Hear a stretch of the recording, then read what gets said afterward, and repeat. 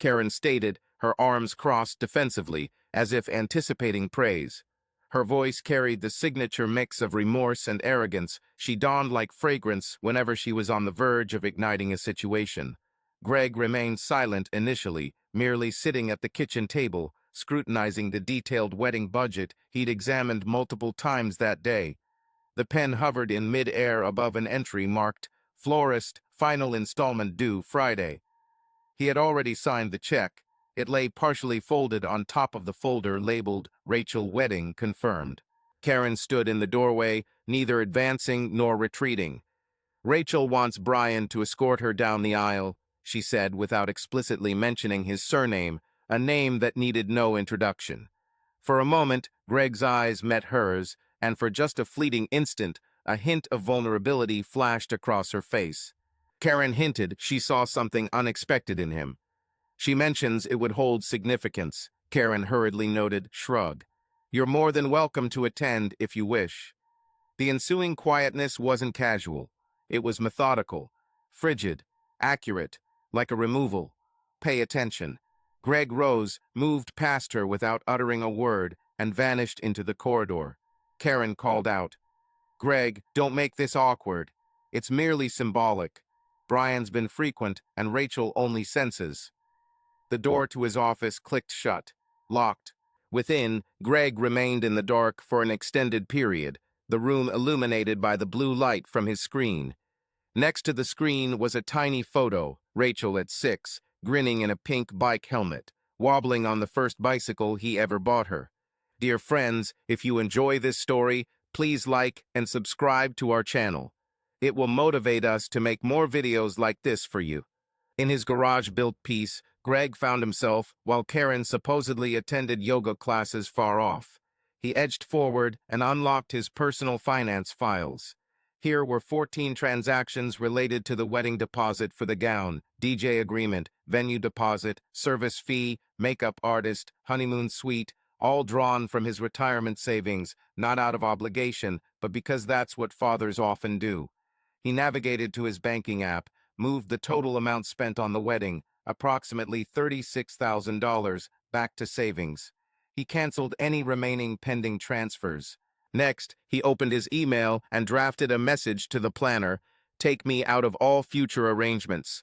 My role is over." With a click, it was sent. There was no animosity, just erasure. Greg retrieved his old journal from the drawer, untouched for years. Inside, he found 2 pages he hadn't removed. 5 years ago, he discovered Karen's prepaid phone concealed behind the laundry detergent. More recently, he secretly acquired a tiny fishing cabin in the Carolinas, purchasing it under a trust without any family connection. He scrutinized flight options. One way, Friday, confirmed. Following this, he did an action he hadn't engaged in for some time. He smiled. It wasn't from contentment. Rather, it was instinctive. Like a man who realized he no longer needed to wait for a gratitude that would never arrive. In the corridor, Karen rapped once. No response. Another knock followed, still no answer. "Greg," she called out from behind the door. "Remember, she's still your daughter." Greg remained silent, not due to malice, because at that instant he questioned whether this was still a truth. At 6:42 in the morning, Greg stood in his garage, gazing at the old red toolbox that had once been Rachel's preferred hiding place for her artwork. Now, the drawer jammed. Lately, everything seemed to jam. The truck key fob remained hanging on its usual spot. However, a fresh, labeled envelope was tucked under the shelf, "Cabin, contingency plan" written on it.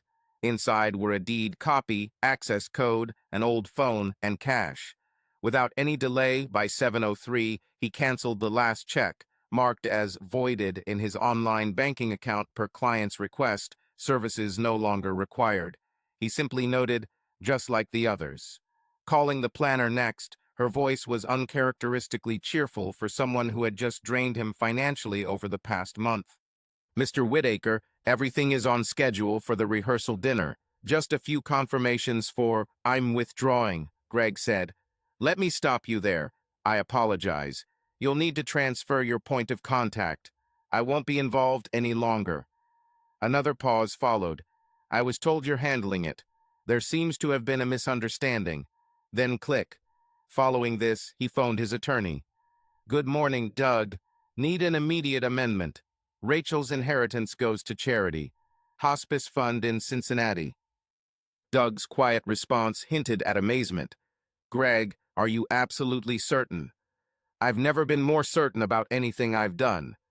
By midday, Greg closed 4 financial accounts, revised his estate plan, redirected his mail to a PO box in another county, and executed one final transaction from their joint checking $117.32. Enough to raise no eyebrows, but not enough to inflict harm. The decisive act followed. It felt clinical. He opened an untouched folder on his desk. Rachel's first car.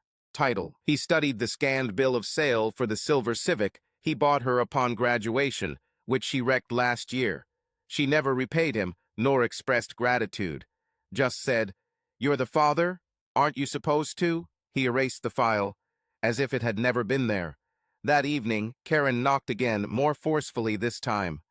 Greg, open up. You've made your point. She didn't intend to harm you. Greg had vanished by morning. The truck remained. He didn't choose the obvious exit. That would have been dramatic. Instead, a cab arrived at 5:40 a.m., its headlights off. With one bag in hand, he left without saying goodbye, not even to the dock. At 12:09 p.m., Karen found his note hidden inside the fridge. It read, "Don't water the plants. They're already dead." The message didn't make sense to her then.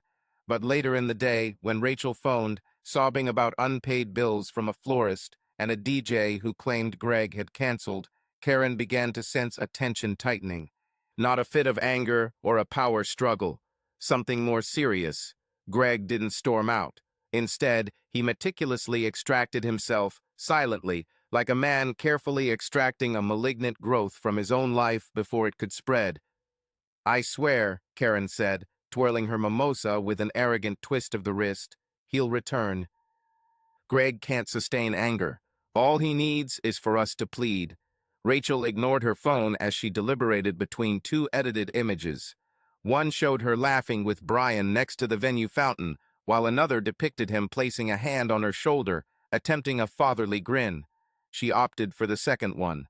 Captioning it, #clinking glasses, #wedding week blessed indeed. The likes poured in swiftly. Sweet heart emojis.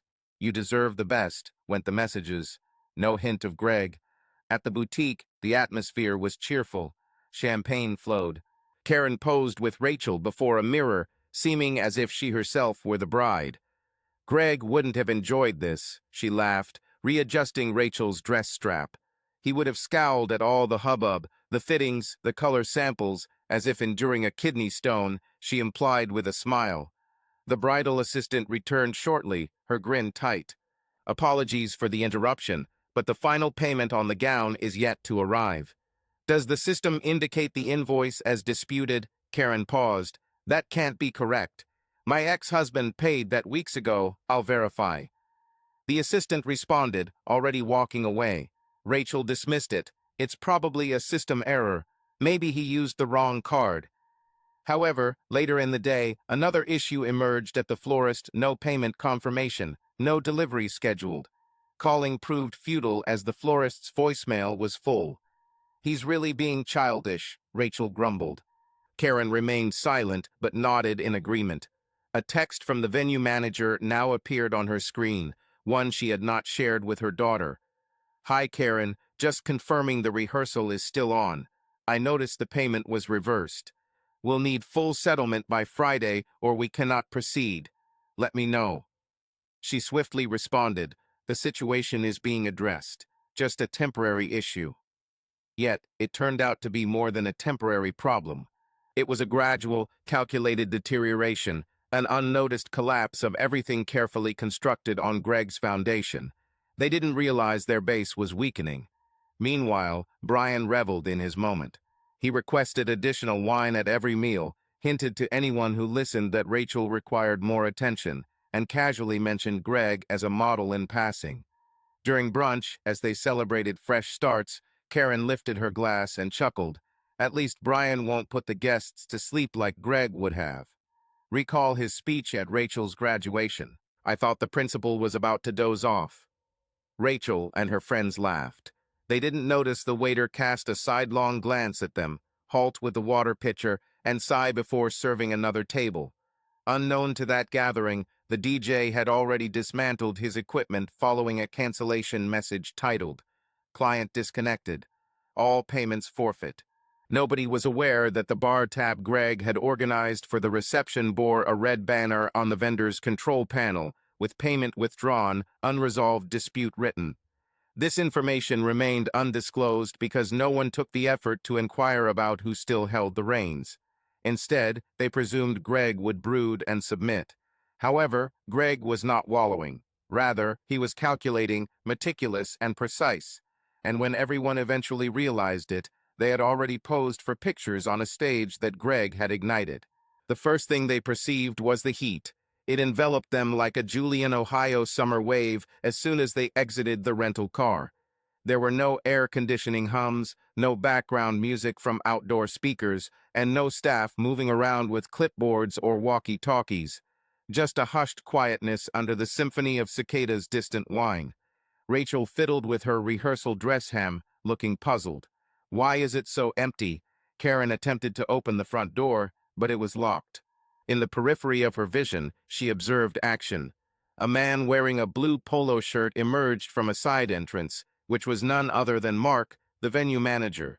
He carried a box filled with unused champagne flutes and seemed more engaged by the cicadas than the bride. "Hello," Karen greeted, feigning a smile. "Are we here for the rehearsal?"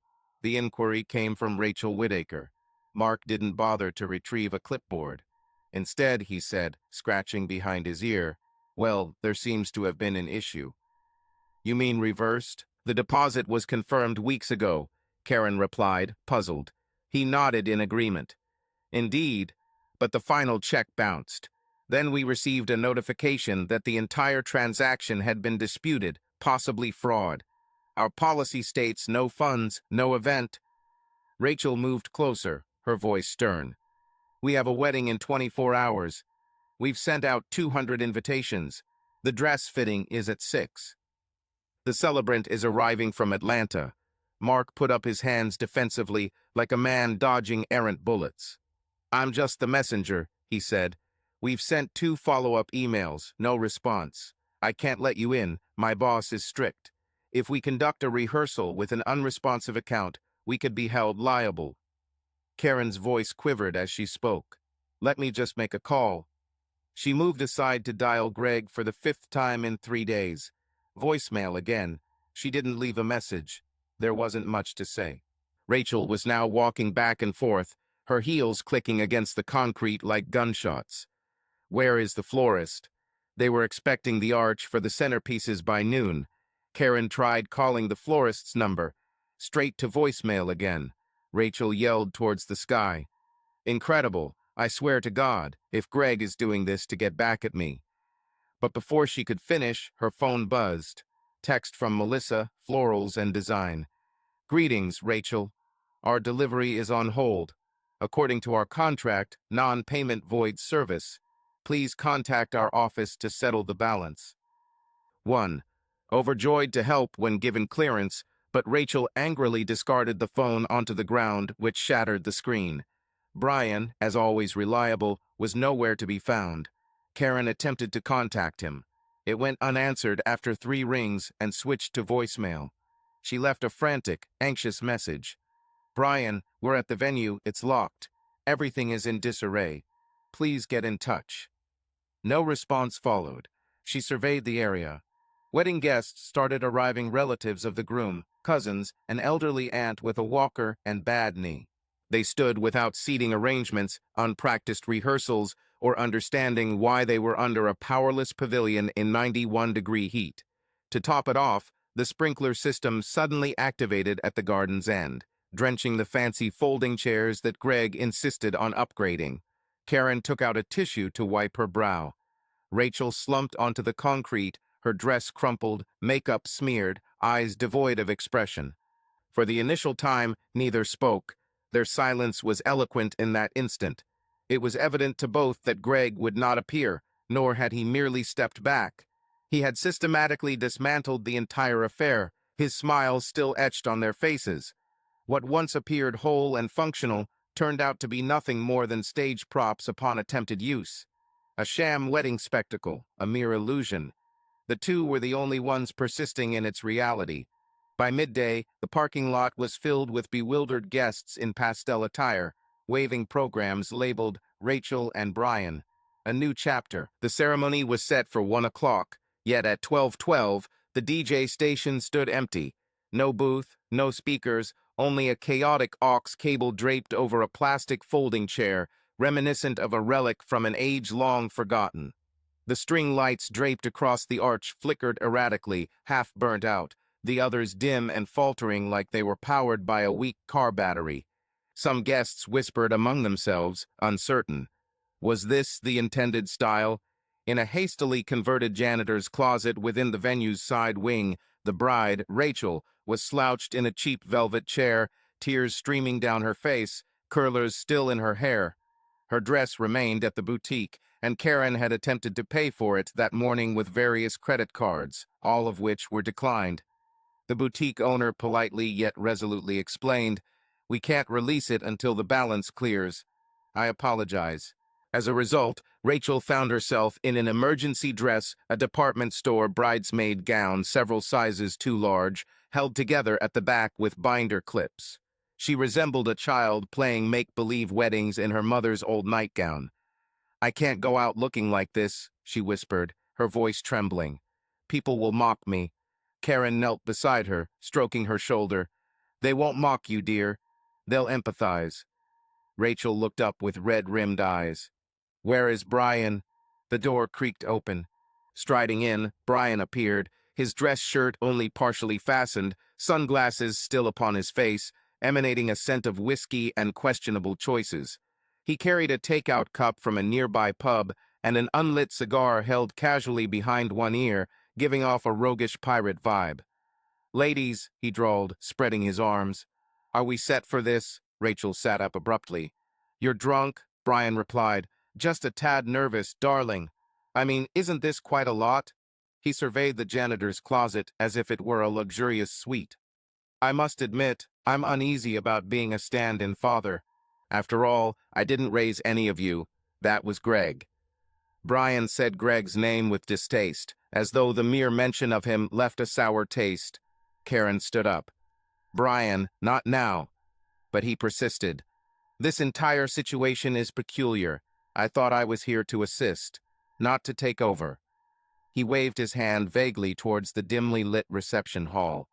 "It seems everyone's playing a part." Karen grabbed his arm, whispering sternly, "Groom and bride are facing a delay or possible cancellation at the wedding altar." The officiant looks uneasy under a sagging floral arch as guests fidget in their seats, overhearing hushed whispers. The groom, Rachel's former high school sweetheart, appears anxious in his tuxedo, perspiring heavily while checking his watch repeatedly. No music, food, or announcements have been made, and the bride has not yet appeared. A waiter carries a solitary platter of leftover finger sandwiches from a previous event. One bridesmaid takes two for her purse. The officiant queries the groom about postponement, but he remains silent, the embarrassment now palpable and oppressive, similar to the thick humidity hanging in the air along with the unlit cigar smoke from Brian. Individuals start to question, one by one. Something seems amiss, not just disorganized but significantly wrong.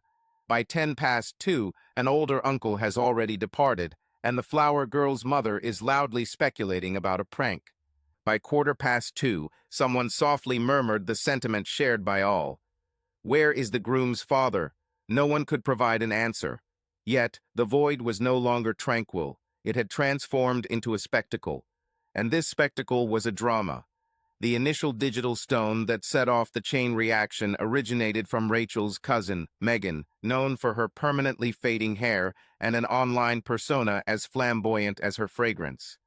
At 3:04 p.m., while standing outside the powerless venue with her now melted makeup collection, Megan posted a tweet amidst nibbles of a soggy cucumber sandwich. The groom's actual father skipped the wedding, paid for everything. abruptly canceled after she chose her mom's lover to escort her down the aisle. The post quickly gained traction, spreading like wildfire within an hour. Admittedly, it only went viral in a small town of Ohio. However, in such a tight-knit community, that's all it takes for things to escalate exponentially. 4 p.m. saw a TikTok post from Rachel's old high school classmate in the parking lot with captions. No food, no music, bride weeping, venue shrouded, groom possibly crying too. It was rumored that the event had been canceled after her father discovered she had been replaced by his mistress. Meanwhile, at Greg's former neighborhood, 3 retirees engaged in a poker game on a porch. Alan, an ex-workmate of Greg's from the county housing board, paused the game and scrutinized his phone. Have you seen this? The wedding of Rachel Whittaker had gone viral. Oh, the one Greg paid for, seems it's not happening anymore. Amidst laughter, talk shifted across town to a dental clinic break room where someone read out a tweet to Lisa, an old colleague of Karen. Lisa swiftly dispatched it to their group chat Bunko Divas, implying that Karen's past was catching up. Greg had always kept his records, both literally and metaphorically. By dinner time, gossip migrated from the digital sphere to the pavement. Neighbors discussed in driveways while barbecuing. On Milton Street, a bar introduced a new drink offer called the Silent Exit Bourbon Neat, no ice. In Chardon Chatters, the local Facebook group, a post titled, "Did you hear what happened at the Whittaker wedding?" attracted 327 comments within 5 hours. People who had not spoken to Greg for years started recalling cryptic signs and subtle moments when he declined discussing family matters in church. An old community award that Greg received for organizing a fundraiser in 2012 was uncovered. "A man like that doesn't just disappear," one comment read. "He decides when to vanish." And this was no coincidence. Simultaneously, a county register journalist contacted Tom, Greg's brother, who managed the hardware store. The message said, "Hi, Tom. Off the record. Is there any truth to the gossip about Greg backing out of Rachel's wedding? Word has it, he paid for the whole thing and then left. We are featuring small-town chaos in our weekend article." Tom remained silent. He shut his phone, gazed at the counter for a while, then calmly flipped the closed sign. He knew Greg wouldn't utter a word. This silence was what Karen and Rachel found most difficult. He hadn't shouted, didn't storm off, didn't make a defense. Instead, he let the consequences of their actions, heavy as a chandelier dangling from a worn-out cord, take effect. And now, with each tweet, each whisper, every post, that chandelier was plummeting swiftly. The entire town was a spectator to this unfolding drama. By 6:15 p.m., what was left of the reception resembled the devastation after an ill-fated school fundraiser. Chairs were still set up, disarrayed and half-occupied by stunned relatives nibbling on vending machine snacks. The emergency lights above the dance floor flickered like a failing bug zapper, casting shadows over the pristine, untouched dance floor, eerily silent. There was no music, no dinner, no merriment. Guests whispered among themselves, their unsaid thoughts echoing in the air about the struggling wedding ceremony. Nobody had the compassion to end this spectacle. Karen, standing near the gift table, found herself staring at the unwanted array of monogrammed trinkets, now embodying irony with engravings like R&B, "Forever Begins Today." She cracked a bitter smile. Not a slow, drawn-out fall, but a sudden, gasping collapse into the vacant chair next to the silent sound system. She started crying deep, painful sobs that made strangers look away and friends feign ignorance. There was no attempt to console her because even her closest companions were uncertain of their allegiances. Inside the bridal suite, the atmosphere reeked of hairspray and tension, the room sweltering from the malfunctioning AC, while Rachel paced restlessly on the cold tiles, clutching her phone as if it were a lifeline. 4 times she had tried phoning Greg, yet there was no response on the 5th call. It went straight to voicemail. She didn't leave a message. She pondered what to say. "Apologies for spending your funds on rewarding the man who betrayed your spouse. Enjoying the beach while we struggle in shame." Slamming the phone onto the vanity, she gazed at her reflection in the mirror, the store-bought dress clinging awkwardly to her back where a pin had slipped, exposing skin that Greg had once kissed goodnight after reading bedtime tales about frogs and brave girls. Outside the suite, Brian was restless, flushed, and unsteady. "I warned you this wasn't right for me," he snapped. "I can't handle such pressure. I just wanted to assist." "You thought this wouldn't be difficult." Rachel forcefully pushed open the door and glared at him. "It's what you wanted," she said accusingly. "You agreed." "I said yes because you asked me to," he retorted. "You, your mother, and your idealized notion of a perfect moment. I never thought he would actually disappear. Who could do such a thing? He was the one who footed the entire wedding bill, Brian, every detail of it, and I didn't even notice until the DJ vanished just like Houdini." "Perhaps he finally realized what everyone else had already understood," Brian mumbled, "that no one truly valued him." Rachel recoiled as if struck. From the hallway, a guest passed them with a plate holding a solitary roll and 2 melted peppermints. This wasn't a wedding, it was a funeral vigil. Karen locked herself in the suite and refused to emerge. When the bridegroom hesitantly arrived at the door, looking timid, pale, and sweaty, Karen shouted, "Go away," and then there was quiet. Rachel attempted to contact Greg once more, only reaching his voicemail. She gazed at the lifeless screen, her fingers quivering, and whispered, "Dad, please." But the phone didn't ring. Greg's silence wasn't just the lack of sound, it served as a reflection, and it was finally revealing to them who they had become. On Sunday morning, while Rachel lay sprawled on the floor of the bridal suite, still in her crumpled dress, surrounded by withering roses and unfinished apology drafts, a photograph appeared on Facebook. This wasn't posted by Greg. Instead, it was from Dave Holloway, an old fishing companion from his construction days, who had no taste for drama and scarcely understood hashtags. The image showed Greg donning a windbreaker, grasping a striped base with both hands, grinning as if he'd just rediscovered the feeling of tranquility. Behind him stretched the tranquil, expansive Atlantic, unaffected by the devastation he'd caused in Ohio. The caption was brief: "Greg arrived unexpectedly." He claimed he needed fresh air. "Best weekend in years," he declared. No hints of weddings, no allusions to Rachel, Karen, or the collapse. Only pure, unapologetic happiness. Within 12 minutes, someone took a screenshot and sent it to the Bunko Divas group chat. In another 20 minutes, it surfaced in the Chardon Chatters Facebook group with the same caption. As the wedding crumbled, Dad opted for fishing. By lunchtime, it was tweeted, accompanied by a contrasting image: Rachel's crumpled form at the reception versus Greg's peaceful smile by the sea. The meme format added its twist. Abandoned the bride, landed a catch. The sea admires him more than his family did. Mood. With a beer in hand, Greg amidst Ohio's flames. Karen's friend Melanie transmitted the screenshot to her without commentary, only the image and the timestamp. Karen fixed her gaze on it for quite some time before flinging her phone against the wall of her closet. In town, even those who initially approached the situation cautiously were now openly discussing it. The bar's sign read, "Greg's on a fishing trip. Whiskey shot special at $6." Greg's previous coworker, Alan, commented under the picture, "This is what composure in the midst of turmoil looks like." A member from the church choir posted it. He was always the reserved one. Apparently, he discovered the loudest way to speak up. That afternoon, a local reporter finally found the courage to make a move. She sent an email to the forwarding address she'd obtained through public records. Polite and professional, "Hello, Greg. I'm working on a feature about the Whittaker wedding. There's been a lot of buzz. I'd appreciate your perspective." Even just a quote. Greg read it while seated on the cabin porch. Salt air filled his lungs. His coffee was still warm in the mug. He neither responded nor deleted it.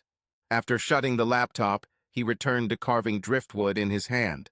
This wasn't a pastime. It was merely something that didn't require contemplating people who traded loyalty for show. His silence moved swifter than any scandal, becoming legendary. He didn't need to yell. The wreckage did it for him. With each unreturned call, every picture of him smiling by the ocean, and every public breakdown in Ohio, his calm became potent. Not out of spite, but because Greg Whittaker had finally stopped offering explanations. And when a taciturn man stops explaining, people begin to listen. On Monday morning, the Chardon Ledger's local news blog published what it termed a community snapshot, a euphemism for gossip dressed in journalism's Sunday best. The headline was hard to ignore. Father pays for wedding, then gets replaced by the lover of his wife. His reaction was simple. He vanished and canceled everything. It didn't name names, but everyone knew. Images accompanied the article depicting a dimly lit venue, a crumpled guest list, wilted flowers discarded in a side alley trash can, a blurry screenshot of the notorious Facebook phishing photo, and finally, a cell phone picture of Rachel, disheveled and crying in what appeared to be a janitor's closet.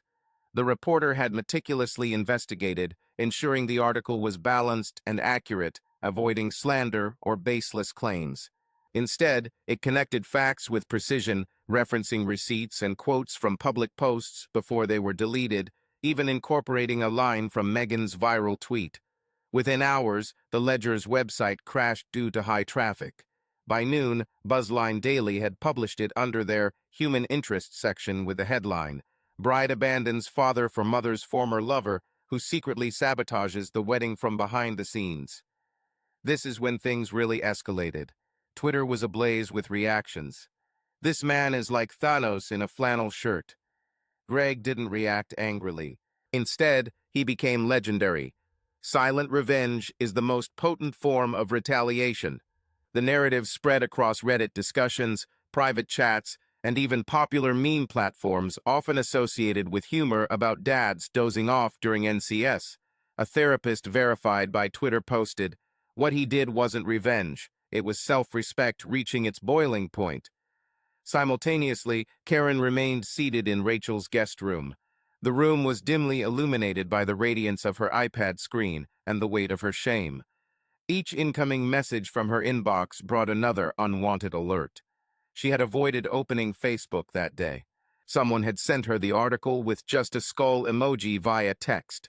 She attempted to log in to respond, but it was futile. A post, a comment, anything to change the storyline was useless.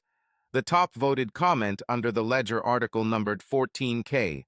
She hadn't merely destroyed the bridge. She had handed the matches to her affair partner and requested her father to build it first. In the kitchen, Rachel worriedly refreshed her social media feeds. The comments were merciless. Money belonging to father, yet walk not resembling his. Hoped the DJ would take tears as payment.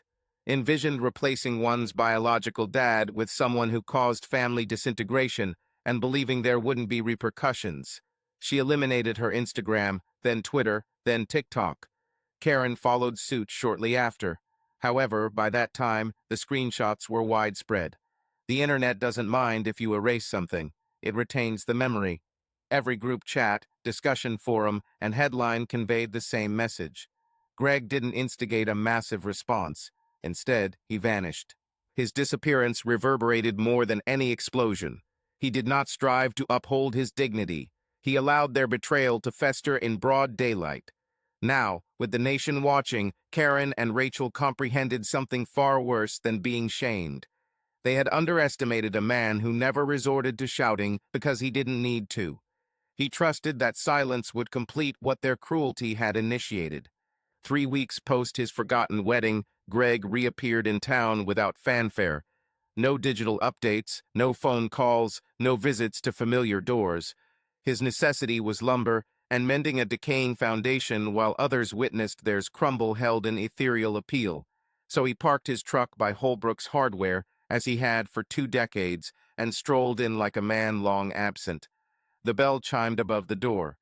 The air was still saturated with pine, rubber, and dust, a place where time seemed to drag or stubbornly stand still. He stood in Section 7, contemplating cedar planks, when he heard his unique voice echo behind him. Not harsh, not furious, simply shattered. "Father." Greg hesitated before looking up. The wood grain under his gaze was unblemished, immaculate, uniform. No knots, no decay. Something dependable. He delicately replaced it on the rack. "Father, I beg of you." Rachel's voice faltered halfway through a word. A supplication got stuck in her throat. He finally swiveled around. Rachel stood at the aisle's end, bare-faced, in worn denim jeans and an oversized pullover. Her eyes were bloodshot. No wedding ring adorned her finger. Her phone dangled limply from her hand, as if she had forgotten it was there. She took a step toward him, then halted. "You were correct," she murmured, "about everything." Greg didn't react. His countenance remained unchanged. Neither did he shudder, sigh, or shake his head. Instead, he merely gazed at her. Not as a stranger, not as a parent, as a man recalling a time, far back, when he had witnessed his family pick someone else in a courtroom. As a man who had silently ingested the harshness of being supplanted, disregarded, and mandated to continue grinning while bankrolling the entire show. He drew breath, deep, composed, then resumed his walk toward the wood stack. Rachel advanced cautiously. "Father, I was foolish. I, Karen, made it seem otherwise." Her words crumbled due to her uncertainty about which falsehood she wished to uphold. Greg remained silent, needing no response. He merely took up the cedar plank once more, inspected its edge, and commenced walking towards the checkout. She trailed behind like an unarticulated apology, lacking legs. "I miss you," she implored, now desperate. "I didn't realize how much until you were gone." Greg halted at the aisle's end not to glance back, but to adjust the plank under his arm. Without turning, he delivered a single statement. It wasn't harsh, it wasn't loud, just conclusive. "You made that choice before I did." And so, he advanced towards the cash register, settled the payment with cash, and departed. No embrace, no spectacle, just a man who had been previously abandoned in the wreckage of his own family's emotions. Now, walking away from the remains they created without him. For the first time in Rachel's life, her father declined to mend the situation. He allowed her to stand alone.